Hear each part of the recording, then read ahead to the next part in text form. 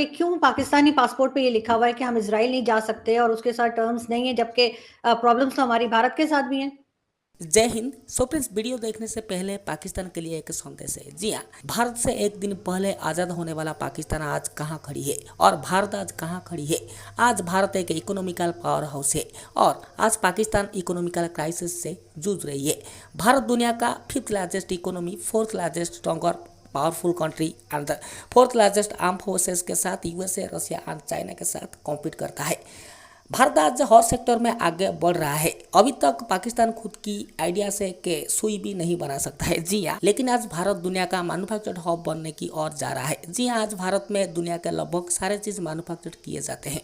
Amazon, Microsoft जैसे company के मुख्यालय आज भारत में खड़ी है और दुनिया का सबसे बड़ा सर्च इंजन गूगल को सीईओ देने वाला भारत का space agency ISRO, Indian space research organisation 2023 में ह्यूमन स्पेस मिशन को अंजाम देके ऐसा करने वाला चौथा देश भारत को बनाएगा। लेकिन वही पाकिस्तान स्पेस एजेंसी के पास लॉन्च पैड भी नहीं है। जी हाँ, व्हीकल सैटेलाइट तो दूर की बात है, फिर इसके लिए भी टेक्नोलॉजीज चाहिए। दुनिया के सबसे एडवांस्ड फॉरेन पॉलिसीज के साथ आज भारत पूरा दुनिया को लीड कर रहा है। यही सारी चीज आज पाकिस्तान को सता रही है। चलिए फ्रेंड्स, देख लेते हैं पूरा वीडियो। खासतौर पे डॉक्टर शरीफ मज़ारी साहिबा की ट्वीट्स और ये बातें हैं, और फिर उनका जो पूरी ट्रोल आर्मी है पाकिस्तान तहरीक इंसाफ की, जो इस मौजू के पीछे और मेरे पीछे लगी हुई थी, तो वो तो चले, वो तो हम, आप भी और मैं भी और हम जो मीडिया में हैं, मेजर साहब भी जो इस तरह आते हैं मीडिया पे, we have learn to develop thick skins when it comes to this. So it's part of public discourse, इसमें कोई इशू नहीं है। तो बाकी जो है, ये जो आप इसराइल का विजिट है, ये इज जस्ट आप एक तरह से कह सकती हैं study tour, it's a study tour. और उसमें कुछ पाकिस्तानी शहरी थे, पाकिस्तानी सिटीजन्स, और ज़्यादातर जो है वो पाकिस्तानी अमेरिकन हैं, Democratic Party and Republican Party से। Some of them are very close to even president Biden इस वक्त। A couple of them are from his constituency, Delaware में, और financial contributors भी हैं, and some of them are on panels, the White House panels on American Muslim and Pakistani American जो community है उसमें lobbying and so forth.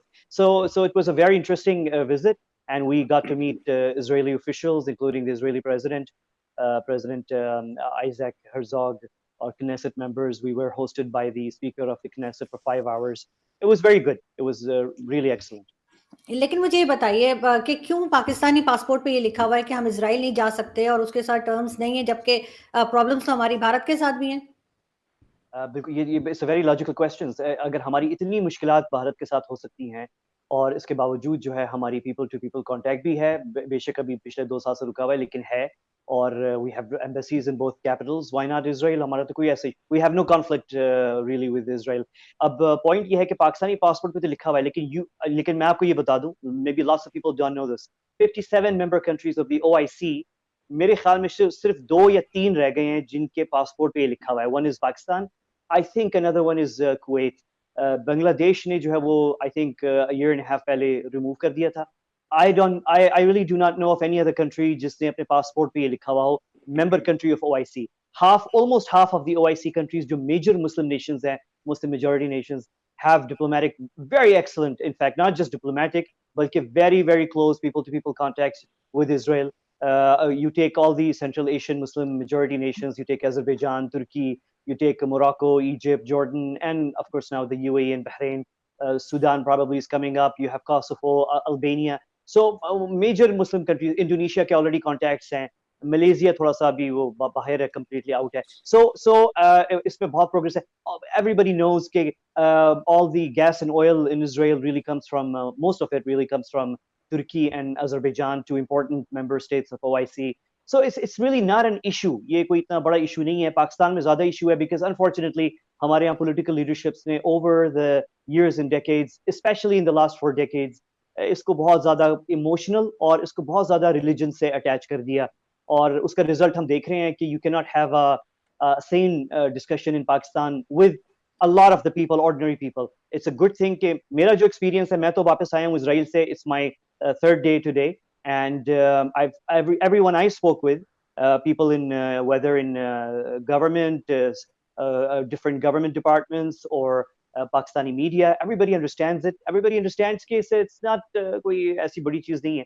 लेकिन it's important thing. लेकिन obviously on popular level वो हमारे यहाँ एक्सट्रीमिज्म, स्पेशली जो सेटबैक पिछले 3 साढ़े 3 साल में पाकिस्तान की जो काउंटर एक्सट्रीमिज्म एफर्ट थी, जो हमने 9/11 के बाद शुरू की थी, उसको जो बहुत बड़ा धचका और सेटबैक लगा है इन the last 3.5 or 4 years, that's a huge matter of concern मेरे ख्याल में। हम पाकिस्तानियों के लिए तो बहुत, और हमारे दोस्तों के लिए भी होना चाहिए, बिकॉज हमने बहुत अच्छी प्रोग्रेस की थी to counter extremism in the last 10 to 15 years, और ये 3 साढ़े 3 साल में pushing Pakistani specially younger generation को वापस, और किसी एक्सट्रीमिस्ट जमात ने नहीं किया, unfortunately a political party which was supposed to be a party of educated people and a party which would re-establish Pakistan's links to the world, और उस पार्टी जो है वो वापस रिलीजियस एक्सट्रीमिज्म की तरफ पाकिस्तान को और यंगर पाकिस्तानियों को धकेल रही है। That's a matter of great great concern. नहीं, आप बिल्कुल ठीक कह रहे हैं, लेकिन अगर यही बात लेके मैं मेजर साहब आपकी तरफ जाऊँ, आप किस तरह से देखते हैं कि पाकिस्तान की फॉरेन पॉलिसी की तारीफ़ तो इमरान खान ने भी की थी, सॉरी पाकिस्तान कह रही हूँ, इंडिया की। लेकिन साथ-साथ हमने ये भी देखा है कि भारत जो है वो इंटरेस्टेड नज़र नहीं आता कि वो पाकिस्तान के साथ बात करे। आप किस तरह देखते हैं कि अब अगर नई क़यादत आती है, जैसे बिलावल भुट्टो आए हैं या कोई दूसरा आता है, तो क्या भारत इंटरेस्टेड होगा बात करने में? देखिए आरजू जी, 2 बातें हैं। पहली बात तो ये है कि जब इमरान खान साहब जब पावर में थे, जब वो प्रधानमंत्री थे आपके देश के, तब उन्होंने खूब जिसको कहते हैं कि नरेंद्र मोदी जी को पर्सनली टारगेट करा, small people in big offices और ये सब चीज़ें। ये बेसिकली क्या है कि आपके इख्तलाफात हो सकते हैं लोगों से, और होने भी चाहिए। एक कहते हैं ना कि हमारे यहाँ कहावत है कि अ, आपकी किसी से आपके किसी से इख्तलाफात भी हों, लेकिन इतना होना चाहिए कि दुआ सलाम बरकरार रहे आपकी। अ, उसमें इतनी गुंजाइश रहनी चाहिए कि जब कोई घर से गुजरे, ठीक है, तो एक बार हाथ उठा के आपको सलाम बोल दे, आप उसको सलाम बोल दें। इन्होंने क्या करा कि इन्होंने गुंजाइश खत्म कर दी। देखिए, इंडिया ने जो करा 370-35 से हटाया, पाकिस्तान को ठीक नहीं लगा, जाहिर सी बात है, ये पाकिस्तान का पूरा हक है कि पाकिस्तान ऑब्जेक्ट करे, राइट? और इसमें पाकिस्तान को कोई रोक नहीं सकता, खुद मुख्तार मुल्क है, पाकिस्तान की मर्जी, पाकिस्तान की खुशी। उन्होंने बोला कि ठीक है, हमें जब आप लगातार किसी पे जाती अटैक करेंगे, इंडिया ने कैसे रिस्पॉन्ड करा, आप देखिए ना इसके ऊपर। इंडिया ने कैसे रिस्पॉन्ड करा? India chose not to respond. अच्छा, इन्होंने बोला कि हम 370-35 से हट गया, जब तक बहाल नहीं होगा तब तक हम भारत से बात नहीं करेंगे। और ये बार बार खान साहब हर हफ्ते कहते रहे खान साहब।